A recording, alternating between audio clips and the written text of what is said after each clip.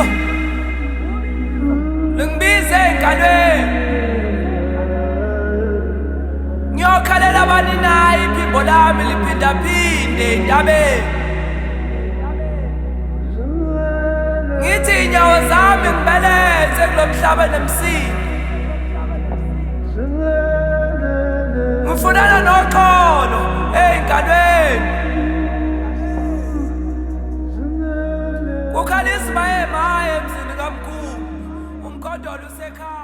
Sawubona to you, sawubona to yours, from one great spirit to another. Welcome to Ubizo Daily. Today we end the week with a rather painful truth.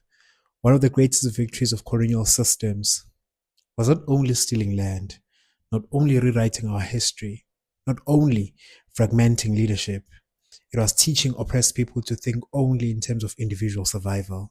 Get yours, save yourself, leave your people behind if you must. Success means escape.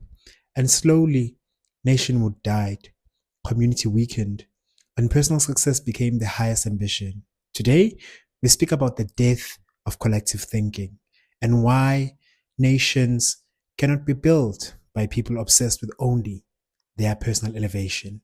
Let's speak about colonialism having needed isolation. Strong communities are dangerous to exploitative systems. This is what I've come to see. Villages that share resources, families that think generationally, communities that protect each other, farmers who produce independently, and spiritual systems that create social cohesion. These things create resilience. So colonial systems disrupted them. Land disposition, forced labor migration, urban displacement, education systems that rewarded individual escape, and generations later, many still inherit this isolation.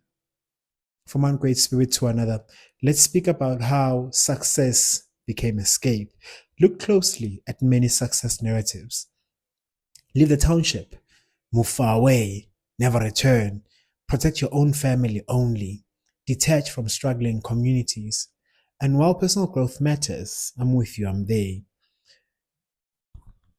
This is what happens. When success becomes permanent separation, communities lose builders. They lose thinkers, they lose capital, they lose teachers, they lose leadership, and entire ecosystems remain underdeveloped. Let's speak about hyper-individualism and how it is not freedom. And I'm giggling a bit because, hey man, I've seen this from experience as well. You see, great spirit, what Western hyper-individualism teaches is this. You owe no one. Community is optional. Family is negotiable. Collective responsibility is burdensome.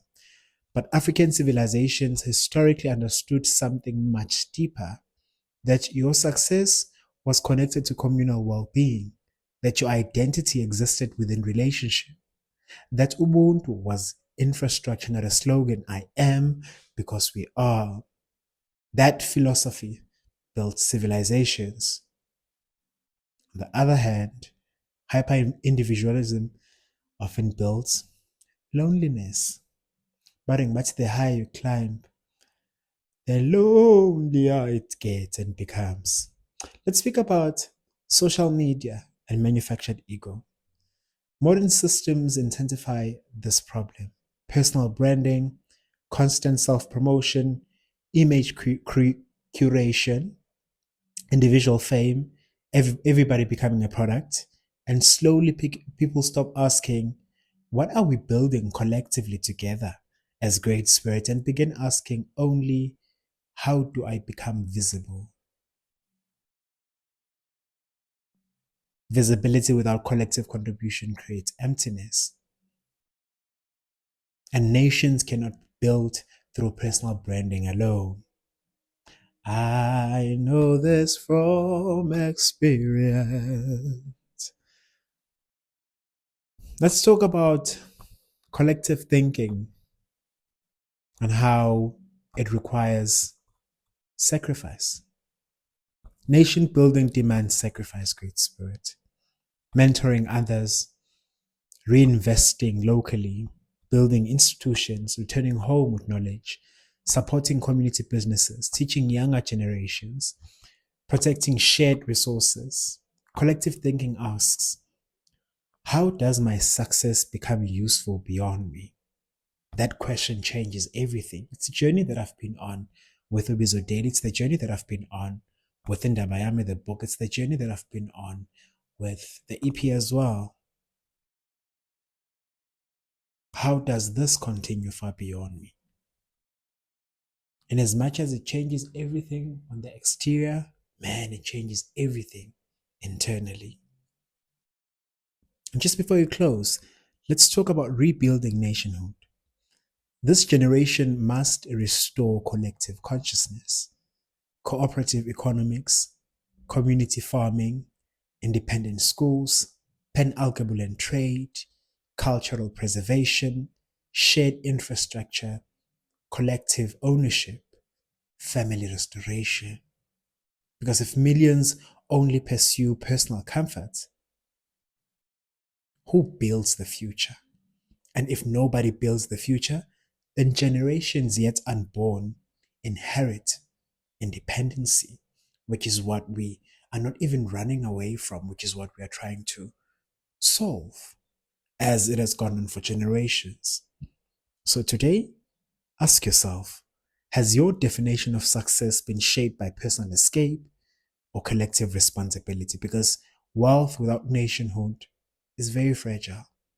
And success without community is temporary. And freedom without collective thinking is incomplete. The future of Alkebulan will not be built by isolated stars. It will be built by people willing to become constellations. Until next time, okuhle, umusa, kanye nokukhanya ekuhambeni kwakho. Light, mercy, and blessings on your path. Ubizo Daily. The call continues.